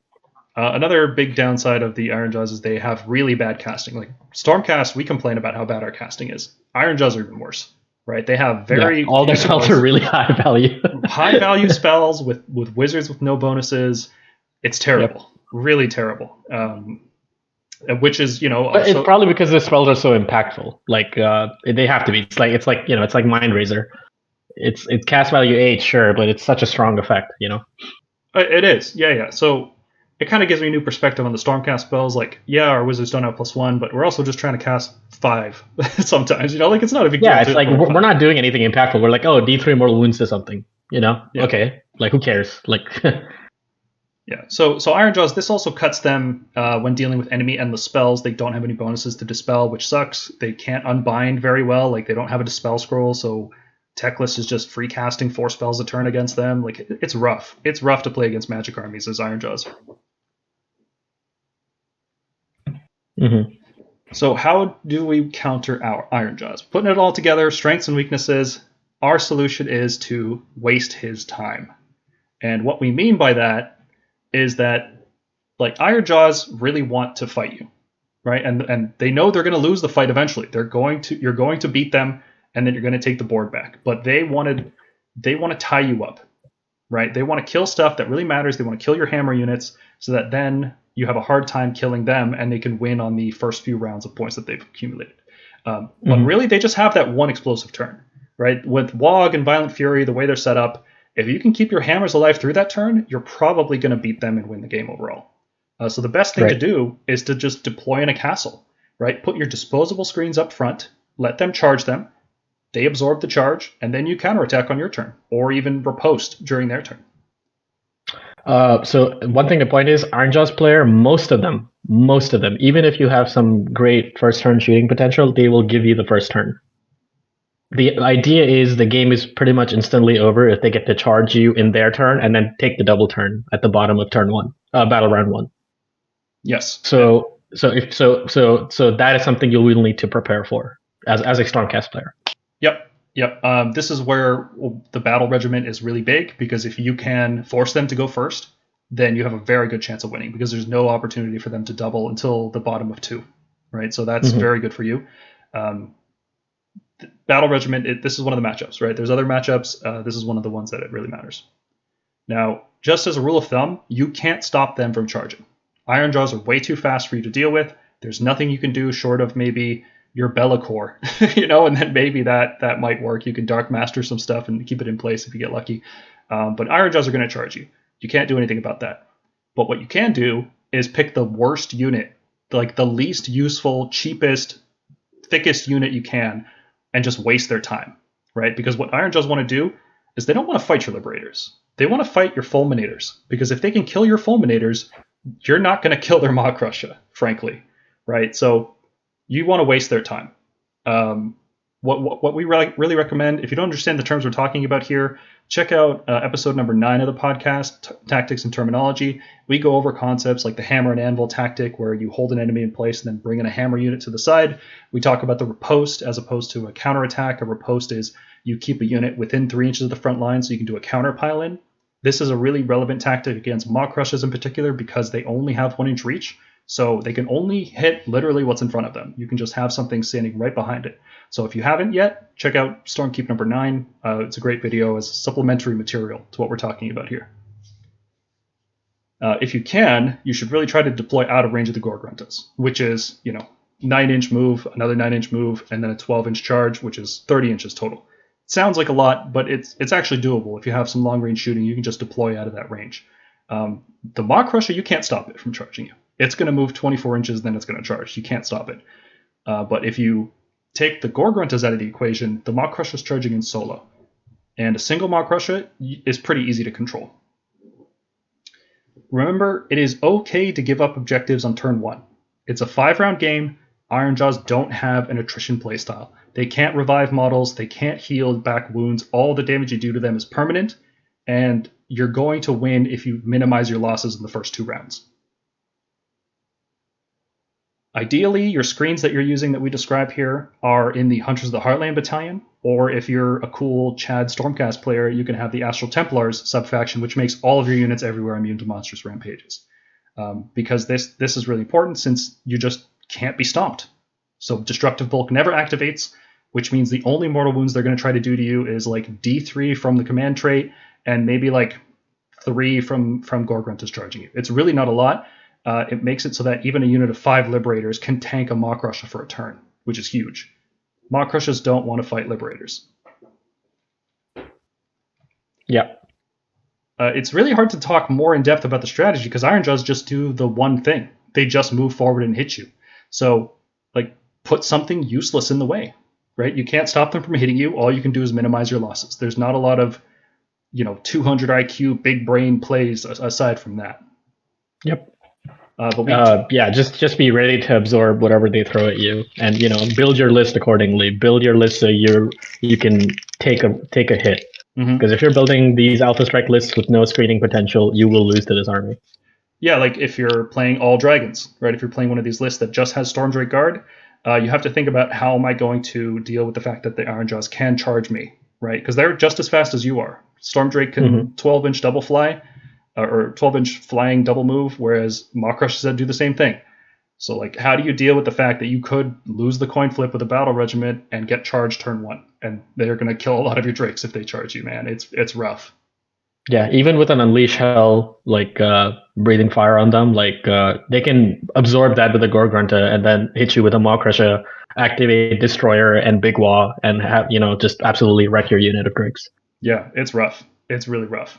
So you have to plan for that. So that's why, we're talking about Ardboyz coming in. Maybe a Stormdrake list, instead of going all dragons, you bring a couple Liberator units, just so you have something disposable you can put in the way. Because, like, think about this. You can either lose 340 points of Drakes, or you can lose 115 points of Liberators. What's the better choice? And you have to lose one. You can't not lose one, right? Yep. So here's just some general tips against Ironjawz. Because they just move forward and hit you, here's just some general useful things you can keep in mind. Mawkrushes can stack save bonuses, but they have no defense against mortal wounds. The mortal wounds, if you can do 18 mortal wounds reliably, you're going to kill a Mawkrusha easy. And I would say that's the most reliable way to kill them, because they're going to be like a 1+ save all the time. It's really frustrating. If you can kill the general early, they can't activate the Wa. And that's huge, because the way save stacking works and how Rend counteracts it, like if they're only Rend 1, you don't care. You're just laughing, right? Like you can pick a unit, get it to 2+ save and stack a bunch of save bonuses on it, and it's just they bounce off you. And there's nothing more satisfying in the world than an Ironjawz unit bouncing off you, because normally they just cut right through you. If you can kill the Warchanters early, you can deny them the Violent Fury ability and reduce their damage from 2 to 1, which is like a 50% decrease in damage, which is really huge as well. Gore-Gruntaz without the +1 damage and +1 rend are not very scary at all. They do minimal damage. They deal less than their points would suggest they should do. We talked about this a little bit already, but Mawkrushes are only 1-inch reach. So what you can do with a 3-inch pylon and 1-inch reach, even if your front line gets wiped out, if you just keep units more than 4 inches away, then the Mawkrusha can't reach you, right? The only scary thing about the Mawkrusha is the D6 extra move it gets from Destructive Bulk. So as long as in case it kills your screen with Stomp. Yes, right. That's how they do it. Like when you face this once, when you make the mistake of not bringing a screen that has the immunity to Rampage, you'll feel how awful it is, and then you'll never make that mistake again, right? Because when you can just ignore Stomp, doesn't matter how they deal the mortal wounds. They could have 5 units of Gore-Gruntaz charge into you and deal a bunch of mortals and kill you, but as long as it's not the Stomp killing you, that's all that matters. Because the Stomp gives the Mawkrusha a D6 move, which lets them pile in and fight something else, which is huge, right? So if you have screens that are immune to Rampages, just keep your units 4 inches away from the front line, and you should be fine. And because of that, that means you can keep a shooting unit within 6 inches so that it can use Unleash Hell. And that is even more damage that you're doing to your opponent on their turn, which makes it easier for you to kill them on your turn, which means you can break out of your castle formation and contest objectives even easier. Yep. Here's an interesting one. If you use Roar on a Mawkrusha, it can't issue all-out attack or all-out defense, which means its ability to issue it to 3 units, that's just gone, right? Really good. Yep. Roar is a monstrous rampage. Any monster can use it. Arguably a lot more useful than trying to stomp something else, right? Or Titanic Duel. I'd say denying... I actually have used it. Yeah, I've used it in combination. So I had a Knight Incanter who cast Metamorphosis to turn herself into a monster. And then I charge the Mawkrusha, I roar it down, and then hit it with Annihilators. Oh yeah, that's the play. So this is another reason that people use 2 Mawkrushas. Not just if your Mawkrusha dies, but if it gets roared, then you can't issue it. So this is just the redundancy that we were talking about before. Now, Morgonk, I think you can speak a lot to this point based on your experience recently in your last couple events. It's easy to tie 1 Mawkrusha down. It's a lot more difficult to tie down a Mawkrusha and 3 units of Gruntaz. I would say 3 to 5, and this is from personal experience. Your mileage might vary. So I faced Ironjawz twice, 2 different lists. One was Mawkrusha and a Rogue Idol with a bunch of pigs. The other was 2 Mawkrushas with a bunch of pigs. On the exact same mission, Savage Gains. Once in Austin, the other time at LVO. And both times, the experience for me completely changed once I sort of ignored the Mawkrusha at the first. So they do it in the typical way of their battle regiment. They screen out their Mawkrusha, 2 Mawkrushas with like a ring of pigs, and they say, go, you take first turn. They're hoping for the double. I think, in my opinion, trying to kill the Mawkrusha is a mistake because experienced players will turn 1 finest hour their Mawkrusha, or every one time. Of them at least. Yep, every time. Every time. Especially if they know you have some really great shooting potential, turn 1. Which means you'll be, other than being extremely lucky, you will be very hard-pressed to try and nuke that Mawkrusha off the board. If you can, that's huge. If you know for sure you can, absolutely huge, because then their army's not moving as fast anymore. But in case they have two Mawkrusha tendency, or if they have, like, if you know you're not going to get past their defense because you don't have enough shooting, it is far wiser, in my opinion, to kill the pigs. The pigs are what will win them the game in the long run. The Mawkrusha is one model. It can be on one objective at one time. Pigs can be in so many places. It's insane. Yep. And also, the pigs are just way easier to kill. Like 15 wounds on a 4-up versus a 3-up with +1 or +2 all the time. Like, it's rough. And they just do so many things. They screen out any potential deep strikes, like, on their support heroes. They take objectives on all sides of the board by double moving. They charge your screens and will try to delete them with mortal wounds. And with the stomp from the Mawkrusha, your screens will just die to just a load of pigs and mortal wounds, and then they will just pile right in or charge again and fight you. Yep. So pigs, in my opinion, are the scarier unit, even though they don't look like it. If you kill them, you will severely reduce the Ironjawz player's ability to win the game. Yep. So if you have something like Thunderbolt Volley, I ended up at LVO using it on a unit of pigs. I said, okay, I for sure want to delete that pig. I'll shoot at another one in the shooting phase, and then I'll drop an Annihilator and kill one. So now my opponent literally just has 2 Mawkrushas and half a unit of 7 wounds in the unit left on the last unit of pigs. Yeah. And at this point, his tactical choices are super limited. Yeah, so they're easier to kill. They're actually what wins games, like you said, right? Covering objectives is how Ironjawz win, because if you can reduce them from, let's say, 7 units in total in their army down to like 3, they can't cover all the objectives. They still have to charge you because they don't have a choice, right? The Mawkrusha has to charge. If it just sits there, it's not getting any points worth, right? Might as well just be a unit of Ardboyz instead.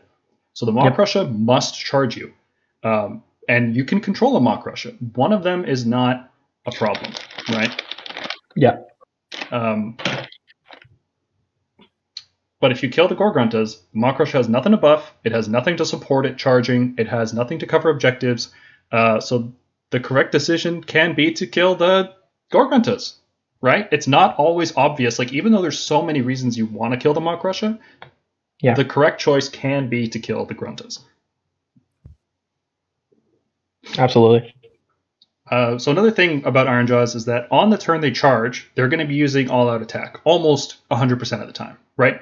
Which means they're vulnerable to a riposte, a counterattack, right? So if you have like protectors lined up within 3 inches, they can't fight you, but then you can fight them. It's pretty great. That's just more efficient. The faster you get them out of your face, the more likely you are to win. If you can kill their whole offensive force at the bottom of round 1, like if they go first, or if you go first and you can kill them, you're really gonna win that game, just almost 100%. Yeah, in my opinion, if you can absorb -2 rend or -3 rend pretty effectively with any unit, if you can survive that, you will win. And especially like if you have things like deep strikes available, because like I said, once you reduce their army to 3 units, they will have to leave a whole lot of space open on the board if they want to win the game via objective play, which means it gives you a lot more positioning tools. Yeah, we'll talk about that when we mention what Stormcast units are really good. But Ironjawz can't cover the board like a lot of other armies can. Their low model count really comes into play in 3rd edition. Another tip here, don't leave enough space for a Mawkrusha to finish or charge past your screens. Make sure you have be 5 inches behind. Yeah. Yep. Not even that. Just make sure you have something in the space that a Mawkrusha could land. Because they might find the right angle and just finish behind your screen, and then the game's over. Like, if you've let a Mawkrusha charge past your screen, the game's over. It's rough. So just fill the space with units. Put whatever model in the way, even if it's hero. Just anything in the way. Yeah. Another thing here is that most of the army wounds on a 3+. So if you have a -1 wound roll effect, that is a 25% reduction in their damage. But it's more than that, because when the army is dealing 25% less damage, on average, it's a dice game, that means you have to commit 33% more resources to get back to that same effect they were at before. And this army doesn't have extra resources to draw from. It's not like you can suddenly get another Mawkrusha to charge in alongside the first one, right? Like, you just can't do it. There's nothing else that you can draw from. You don't have the tactical versatility to do that. You're all in on that one turn. And if that turn gets neutered, you're not in a good spot. Yep. So here's some good Stormcast units, because we are the Stormkeep. We've got to talk about Stormcast. First up, I'd say Liberators, right? Especially if they're in Hunters of the Heartland, so they can ignore Stomp. 10 wounds is really hard for them to chew through with just the Hulking Brute command trait and the 3 mortal wounds from each Grunt to charge, let's say. So you just have to get in the way and die and buy yourself a turn. And Liberators are perfect for that because they're battle line and they're 115 points. Really can't ask for anything more than that. Vindictors are, they're like Liberators, but they have a 3-up save that can be stacked. And Stormcast are good at stacking, right? So if you bring a block of 15 Vindictors, that's pretty cheap. That's less than 400 points. And you give them a bunch of save bonuses, Mystic Shield, All Out Defense, Castellan's Lantern. They can actually tank the Mawkrusha for a whole turn, right? Like, you just won't lose your unit. Normally, we're thinking, it's a disposable screen, it's going to die. But if you can actually put something in the way that will survive the turn and buy you more time, and then do some mortal wounds when it fights back, Vindictors can be a good choice. Now, if you're just using 5, 10 wounds, even if you save stack it, 10 wounds is just going to die anyway. I wouldn't rely on that. Just use Liberators instead if you're only using 5 Vindictors. In terms of shooting hammers, I would strongly prefer Judicators and Long Strikes. Judicators with Boltstorm crossbows in particular are our highest damage shooting, period. Like, nothing competes with Judicators. Even against a 3-up save, they do the most damage in our army, which is wild, right? And 18-inch range, sometimes an issue depending on what you're facing. Like if you're up against Seraphon or Lumineth, 18-inch range kind of sucks. But against Ironjawz, not a big deal because they are in your face turn 1 every time. Right? Yep. And the last thing about... And you can actually influence where they go. Like, they might have to go for objectives, but they can't because they have to deal with Adjudicators.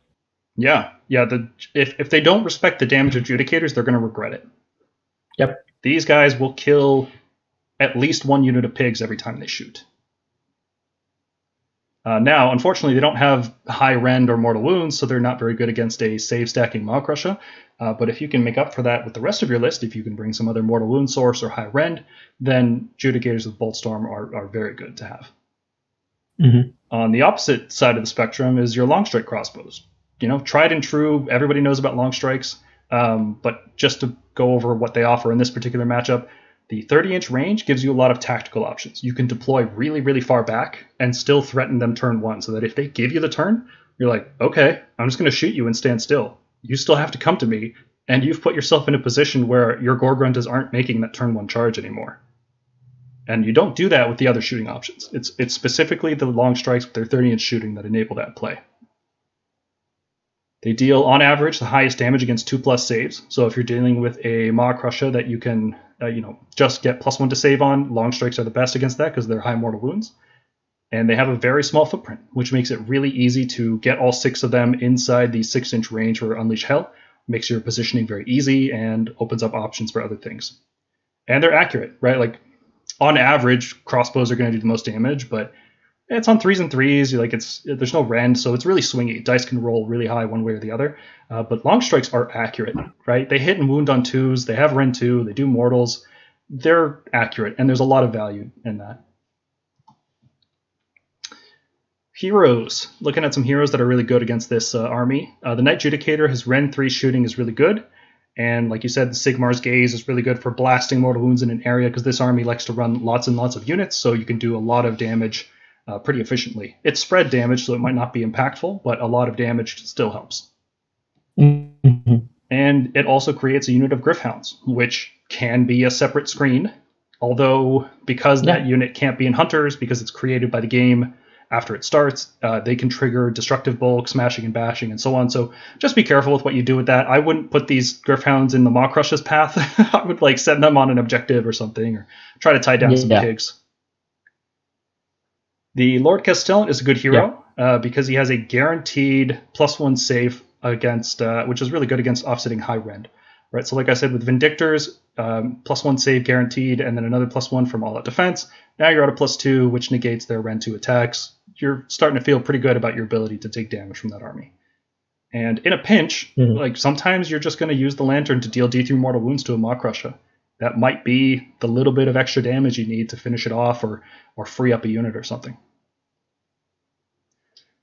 A Wizard General with Master of Magic as the command trait is highly suggested because that way you can reliably cast Mystic Shield to put it on a tanking unit. Like if you have 4 Stormdrake Guard or 10 Protectors, a reliable Mystic Shield is really useful. Alternatively, you might just want to Thundershock the army and give them all -1 to wound. Like I said earlier, it's a 25% decrease in their damage output, which is huge for a melee army.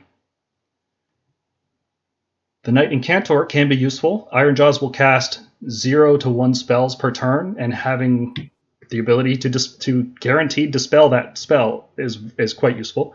But more than that, the Spirit Storm ability, their signature spell, reducing charge rolls by 1 can be the difference between them making and failing a charge, which can be very useful. Like if they fail a charge, you're feeling great.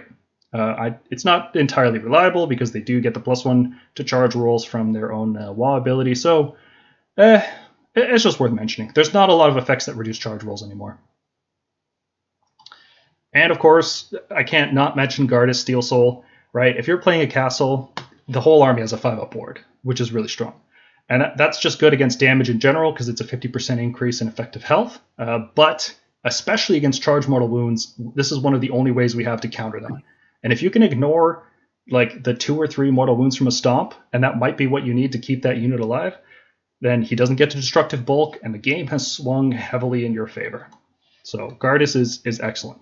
And if you're playing more aggressively, like if you're playing Stormdrink Guard, then you can just drop Gardas anywhere you're fighting and get the same effect, more or less. He's an excellent hero. One of the reasons you should just play Hollow Knights in general. Looking at some cavalry units that we can use against this army. First off, the Stormdrake Guard, I think, are the gold standard for units these days to use against aggressive armies because they have a breath attack mortal wound. They just spit mortal wounds, right? It's so good against the Mawkrusha, both on your turn and on the enemy turn with Unleash Hell. A unit of 4 doing Unleash Hell, really strong. Just don't roll 4 ones. Yeah. or twos. Just roll Only 6s, 3-ups. man. Just 6s. It's so easy. 5s and 6s. Yeah. Jeez. They have Rend 2 attacks with their lances on the charge, which are really good at clearing out Gore-Gruntaz. The mounts are also Rend 2, good at clearing out Gore-Gruntaz. You can double tap their breath from the Draconis, and the threat of that is enough to keep a Mawkrusha as far away as possible. Like, they will not come near you as long as they know you can do that to them. Because it could just spike high and kill them instantly. Yep. And it's really hard to avoid because, like Ironjawz, Stormdrake Guard can move twice in the first turn, or any turn, really. So they can match your speed, right? There's nothing else in the Stormcast army that can match the speed of Ironjawz. Only the Stormdrakes can do that, so that's another reason to use them. And why this is useful is because you can stay really far back, force them to move up as far as possible. Maybe they fail some charges, maybe they leave some Gore-Gruntaz behind. You absorb the charge from the 1 or 2 units that are charging you, unleash hell on them, counterpile in and kill a few of them, and then even if they get the double turn, you're still sitting in a good position, right? So it's Stormdrake Guard open up tactical options that other hammer units wouldn't open up for us. And then there's the typical stuff, right? They're a monster, which means they're immune to stomp, so if you're trying to avoid destructive bulk, well, here you go. Save stack on Stormdrake Guard, and you're just laughing at Mawkrushas all day long. They can also roar the Mawkrusha, so it can't do that, and that's all just wrapped into this little hammer anvil unit. It's so efficient, it's so useful. Titanic Duel is useful. Dragged into the Tempest, I didn't put this on the slide, but sometimes you can just instantly kill a Gore-Gruntaz, right? You just roll a 6, oop, it's gone, see ya. When you're going to contest objectives, each Drake counts as 5 models on an objective, which is very useful because they might put 2 squads of 3 Gore-Gruntaz on there to count as 12 models total, and you just stick your Drakes on there, kill one of the Gore-Gruntaz, and now that's your objective. They have a 3-up save, like a lot of Stormcast units, can be stacked up to a 2-up, and like pretty much every troop, they can be put in Hunters of the Heartland. So they are totally immune to roars and duels and all that stuff. Stormdrake Guard, great unit to have against Ironjawz. Similar, but a little bit, I'd say worse, less fit for purpose, would be Fulminators, Concussors, and Tempestors. So they also have a breath attack that just does mortal wounds. They also have Rend 2 attacks that are good against Gore-Gruntaz. However, they're not quite fast enough to do what the Stormdrake Guard do, right? You don't have that tactical flexibility of, I can stay really far back and still charge you anytime I want. But the Dracoths make an excellent counterattack unit, because the Mawkrusha, the Gore-Gruntaz, they're coming at your face. You can't stop them, right? So you might as well have a really strong unit ready to fight back. They also have a 3-up plus save, which can be stacked to a 2+. So in a pinch, you could make a wall of Fulminators if you give them enough save bonuses. And they can be in Hunters of the Heartland, so they can ignore stomps, which is good. And that's obvious, right? It's obvious that Storm Drakes and Fulminators are good. We don't need to point that out to you guys. But I wanted to mention that Stormstrike Chariots are actually a really good unit to have against Ironjawz. Because one of the issues that a lot of other units we would use for screening is that even if you are ignoring the stomp, you might still lose 1 or 2 Liberators. And depending on how you pull them, they might be able to sneak units past your screen, right? Stormstrike's Chariots don't have this problem because they're a single model with 12 wounds, which means that 12 mortal wounds have to happen to this unit before you lose any board space, which is a big deal. They're also, once you break... it reduces their pilot options, yeah. Yeah. They're also quite a large base. They take up a lot of space. They have Rend 2 attacks on the spear. They do mortal wounds on the charge. They're -1 to hit on the charge. So you don't necessarily need to pile in with them immediately. Right, and they're pretty fast. So after you break out of your castle, you can still go contest objectives. Unfortunately, they only come in squads of 1, which is really for like planning your battalions. You might not want to put these guys in Hunters of the Heartland. You could put a different unit in there instead. They can go in there. They're not the most efficient, but they are good enough to consider using. Especially if you have like 4 units of chariots and they all charge a Mawkrusha and they just kill it with the charge roll. It's the funniest thing in the world. Looking at some other melee hammers, I think this is the last of them that are really worth considering here. Let's look at Protectors. So Protectors are a 2-up save all the time. And you can stack that to ignore even Rend 3, because you can give them all-out defense, the Castellan Lantern, and a Mystic Shield. So even the Mawkrusha, with all its powerful attacks and Rend 3, you just ignore it. It gets so demoralizing. Oh man, I feel bad for people trying to kill Protectors. 15 wounds on a 2-up is really tough, but you can reinforce the Protectors and make it even more demoralizing. For 450 points, you have 30 wounds on a 2-up save, which is gross. They're also surprisingly... They punch back hard too, right? 5 attacks per model and 3s and 3s 2. And then you have Star Soul Maces, and if you're packing Protectors, you're going to have Unleash Thy Hatred. Star Soul Maces do a ton of mortal wounds, once per game. Yeah. Which is all you need. Yeah, you will bring a Mawkrusha to its knees, and then the glaives will take care of the rest of the wounds. Yep. The 3-inch range on the glaives make the Protectors the perfect unit for doing a riposte tactic, which is just sitting right behind the front line. The Mawkrusha is sitting there with its 1-inch attacks, killing all your Liberators, and the Protectors are just waiting. They're just waiting for their turn to pile in. It's great. Now, they are very slow, so they're really only good as a counterattack unit. But they are probably the best counterattack unit that you can... They're prime for that role. Like, they're the definition of, I don't care if I run with this unit because it can take a hit and then hit you back. Yeah. Those glaives, they're actually just cabbage slicers. Yeah. And again, they can be in Hunters. And unlike the Chariot, you want to stick Protectors in Hunters of the Heartland. Like, 100% Absolutely. Slam them in there. Don't want to roar. No, definitely not. Don't want to get roared. Don't want to get stomped. Don't want to deal with any of that nonsense. And I'd say the last unit really worth talking about is Annihilators with Grand Hammers. So they're a completely different method of approaching this matchup than all the other units I mentioned so far. Everything else I've talked about is you absorb the charge, counterattack, and build out of the castle from there. But Annihilators with Grand Hammers open up a completely different tactic, which is you can deploy as far back as possible. You can deploy in the corner, and then your melee hammers can threaten anywhere on the board, right? So typically how you deal with Ironjawz is you have to cut your way through the Mawkrusha and then work on the objectives with the Gruntaz sitting on them. Grand Hammers don't have to do that. They're threatening anything on the board anywhere, which is huge from a tactical standpoint, because let's say you're running long strikes, so you're as far back as possible while still threatening them turn 1, and then they come charge you and you just drop in Annihilators behind them to clear out objectives.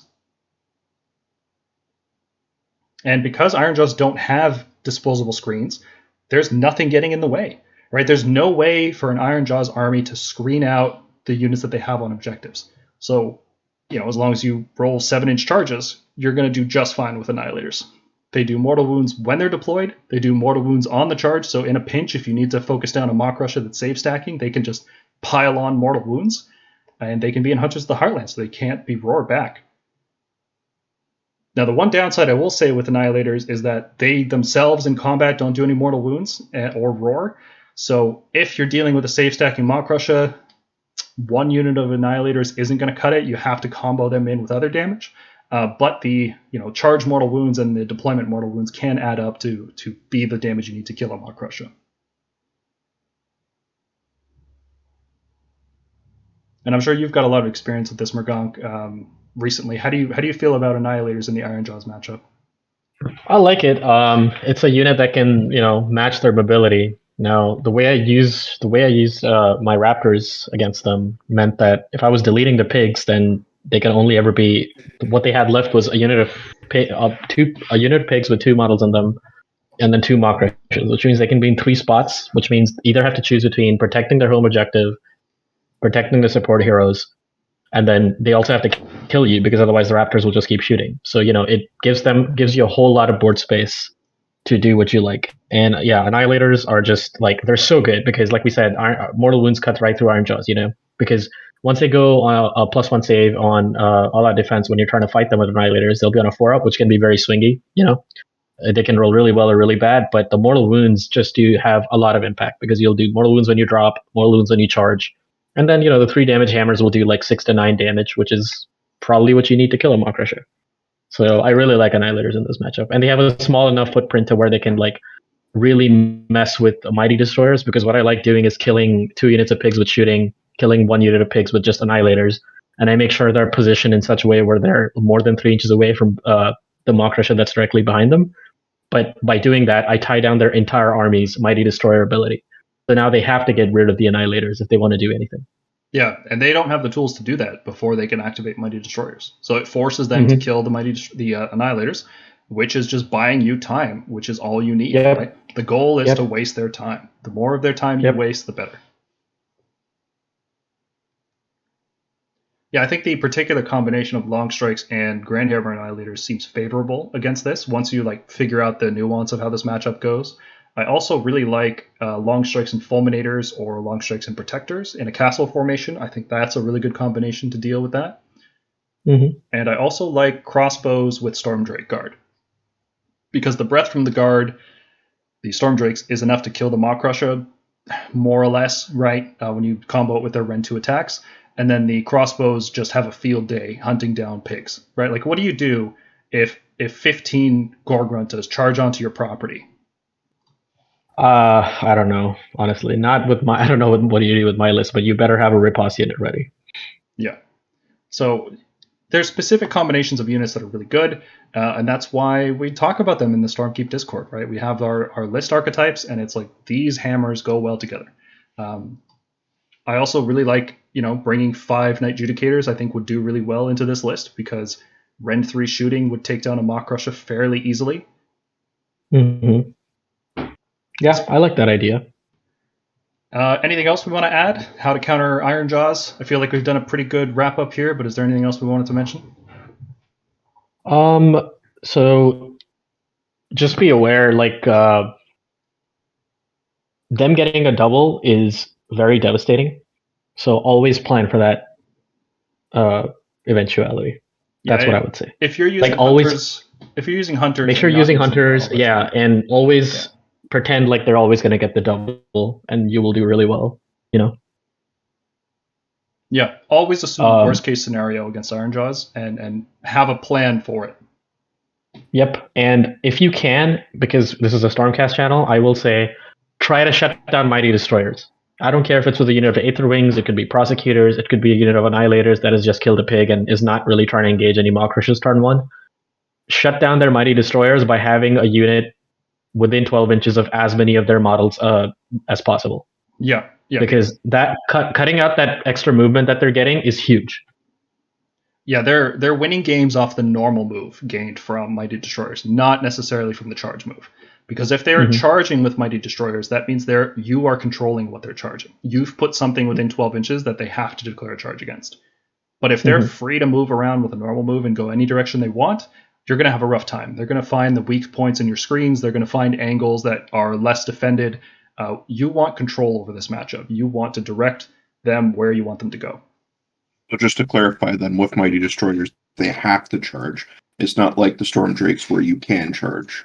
Yeah, they can only so Mighty Destroyers basically states that they have to charge if you're within 12. If you're outside of 12, they can make a normal move. Okay. So as long as you have one tiny model within 11.9 inches of their models, they cannot use Mighty Destroyers on them to make a normal move, which is really important.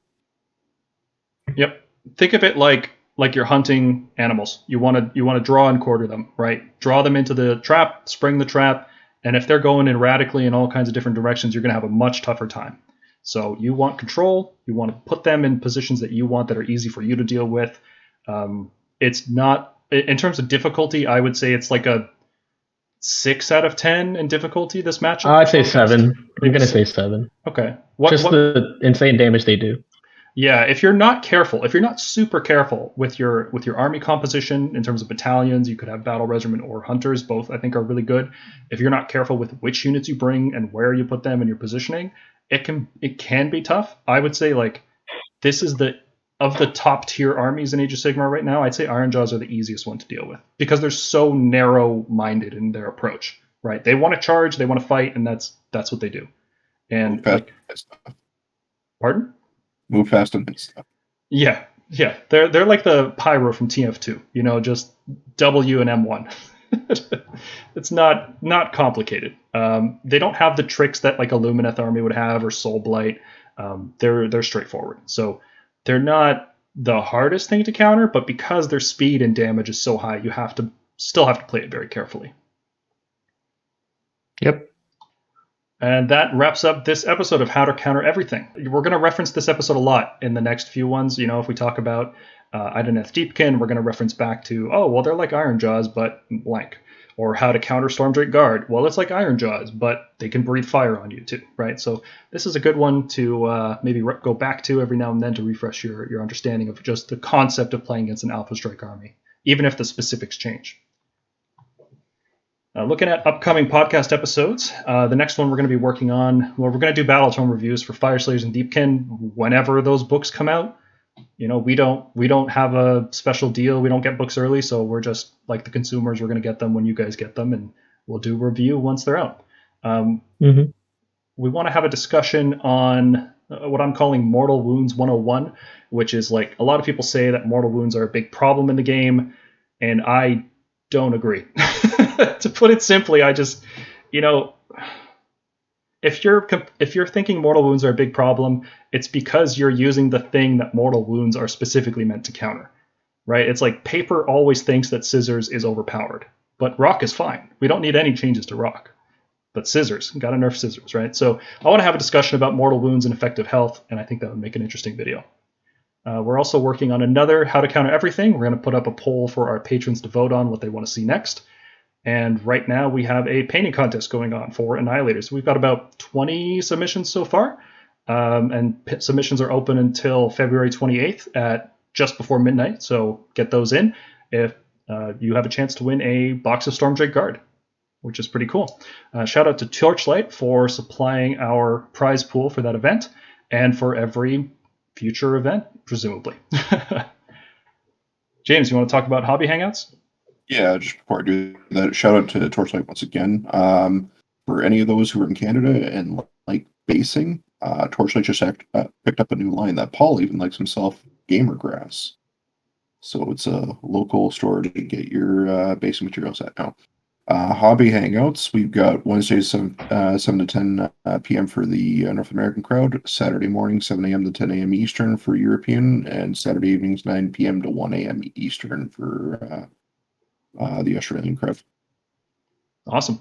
Yeah, those are fun to go in and just like talk about whatever's on people's minds, It's a nice chill exercise. If you want to consider supporting us, visit patreon.com/thestormkeep. By signing up there, you can get early access to podcast episodes. You can vote on our upcoming episodes, like the next How to Counter Everything. There will be a poll up for that. There are tournament reports from us, and there will be a lot of them coming soon.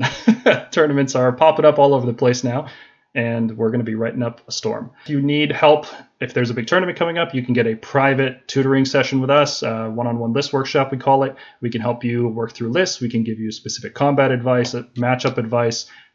We are a repository of knowledge, and that is at your disposal if you need it. And with that, a huge thank you to our supporters. You guys really make all of this possible. Thanks to Champiosaur, Sleepa, Marcus Pfeffercorn, Ryan Jones, Nick Riley, Marcus, LT, Spartan 12706, Red Drum Mage, Lent, Take, Colic, Grog, Spelko, Waterfrogs, Rending, Combat, Tim Anderson, Dignica, Jack Geiger, Kibetson, Standwise, Reaper Time, Freda, Mark Knight, Bloodclot Plots, James Nisbaum, Modnar, Party Raptor, Care Dynamic, Hortensia, and Supernaut. Okay, thank you, everybody. We'll see you in the next one.